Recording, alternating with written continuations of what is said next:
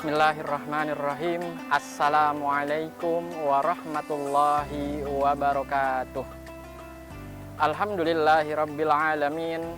Wassalatu wassalamu ala ashrafil anbiya'i wal mursalin wa ala alihi wa sahbihi ajma'in. Amma ba'd. Adik-adik sahabat Medina, media dakwah Islam Indonesia Berkah, dimanapun berada, alhamdulillah ketemu lagi dengan saya melanjutkan pelajaran yang sebelumnya tentang sifat 20. Adik-adik udah ada yang hafal dari sifat 20? Dari sifat wujud sampai mutakallimun. Ya, nggak apa-apa. Semoga adik-adik bisa menghafalkannya dikit demi sedikit dan nanti jadi bukit dan apal semuanya. Kemarin kita sudah membahas dari sifat wujud, qidam, baqa, mukhalafatul hawadisi, dan yang selanjutnya yang kelima apa adik-adik? Qiyamuhu ta'ala binafsihi. Artinya berdiri Allah Ta'ala dengan sendirinya. Ada yang tahu adik-adik dalilnya? Innallaha laghaniyun 'anil 'alamin.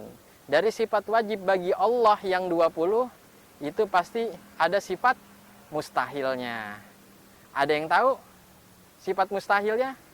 Jadi sifat wajibnya ada 20 dan sifat mustahil lawanannya ada 20 juga. Yang kelima, lawanan dari sifat qiyamuhu ta'ala binafsihi yaitu qiyamuhu bighairihi. Berdiri selain dengan sendirinya. Ini masih bersangkut paut dengan sifat yang keenam yaitu sifat wahdaniyah. Ada yang tahu adik-adik sifat wahdaniyah? Yaitu artinya esa. Dan lawanannya dari sifat wahdaniyah ialah ta'addud. Yaitu lebih dari satu.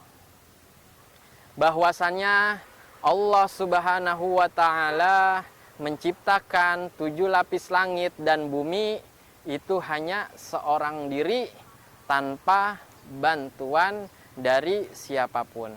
Karena masih bersangkutan, masih ada masih menyambung dengan sifat wahdaniyah bahwa Allah itu esa, Allah itu satu.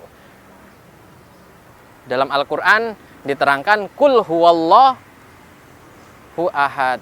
Katakan olehmu wahai Nabi Muhammad sallallahu alaihi wasallam bahwasannya Allah itu satu. Alhamdulillah kita yang berada di Indonesia ini yang pedoman kita Pancasila. Pancasila kita yang pertama apa? Ketuhanan yang Maha Esa. Bahwasannya Allah itu Tuhan semesta alam itu satu, tidak ada dua, tidak ada tiga, dan seterusnya. Makanya kepemimpinan dimanapun hanya ada satu, cuman ada pemimpin aja. Alhamdulillahirabbil alamin, diciptakannya bumi, alam ini, gunung, pantai, dan lain-lainnya supaya apa? Kita sebagai makhluknya Allah itu hanya untuk berpikir dan merenung apa yang Allah ciptakan, tidak lain dan tidak bukan hanya untuk beribadah kepada Allah Subhanahu wa Ta'ala. Wa ma khalaqtul jinna wal insa illa liya'budun. Dan aku ciptakan jin dan manusia hanya untuk beribadah. Dari malaikat, jin, sampai kita seorang manusia, sampai makhluk-makhluknya Allah diciptakan tidak lain dan tidak bukan hanya untuk beribadah. Dalilnya itu wa ma khalaqtul jinna wal insa illa liya'budun. Bukannya allazi yuwaswisu fi sudurin nas minal jinnati wan nas. Itu yang ada di surah An-Nas. Bukan aku ciptakan jin dan manusia untuk beribadah, tapi itu beda lagi artinya. Alhamdulillah, sahabat Medina, media dakwah Islam Indonesia Berkah, dimanapun kalian berada. Allah menciptakan langit, bumi, dan lain-lainnya hanya untuk beribadah. Kita sebagai seorang hamba, di dalam kitab karangan Al-Habib Utsman bin Abdullah bin Aqil bin Yahya diterangkan bahwa adab seorang hamba kepada Tuhannya Allah Subhanahu wa taala, seenggaknya dia harus udah apal dari sifat-sifatnya Allah, sifat wajibnya bagi Allah, rukun iman, beribadah kita kepada Allah ada berapa rakaat dan lain-lainnya. Seenggaknya kita sudah tahu apa yang Allah perintahkan. Alhamdulillahirabbil alamin. Selanjutnya sifat kudrah, yang artinya itu kuasa. Alhamdulillah. Di rukun iman bahwa yang terakhir kita harus percaya dengan kudrahnya Allah. Apa yang Allah udah tetapkan, apa yang Allah udah tentukan, itu kita harus mengikutinya.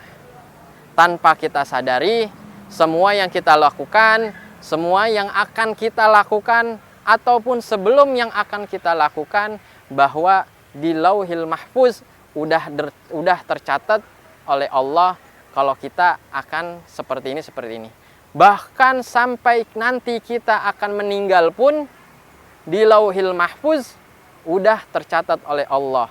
Kita meninggalnya seperti apa, sakaratul mautnya seperti apa sakit dulu, apa enggak, dan lain-lainnya, itu udah tercatat di Lauhil Mahfuz. Alhamdulillah, sahabat Medina Media Dakwah Islam Indonesia Berkah, udah ada yang hafal belum? Apa yang tadi saya jelaskan? Dari sifat yang kelima, 6, 7, dan seterusnya. Dari qiyamuhu ta'ala binafsihi, wahdaniyah, kudrah.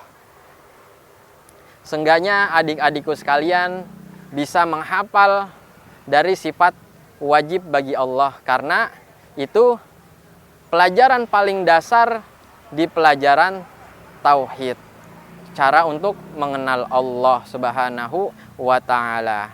Sekian dan terima kasih, semoga adik-adik bisa memahami dan dapat mempelajari apa yang saya sampaikan. Wassalamualaikum warahmatullahi wabarakatuh.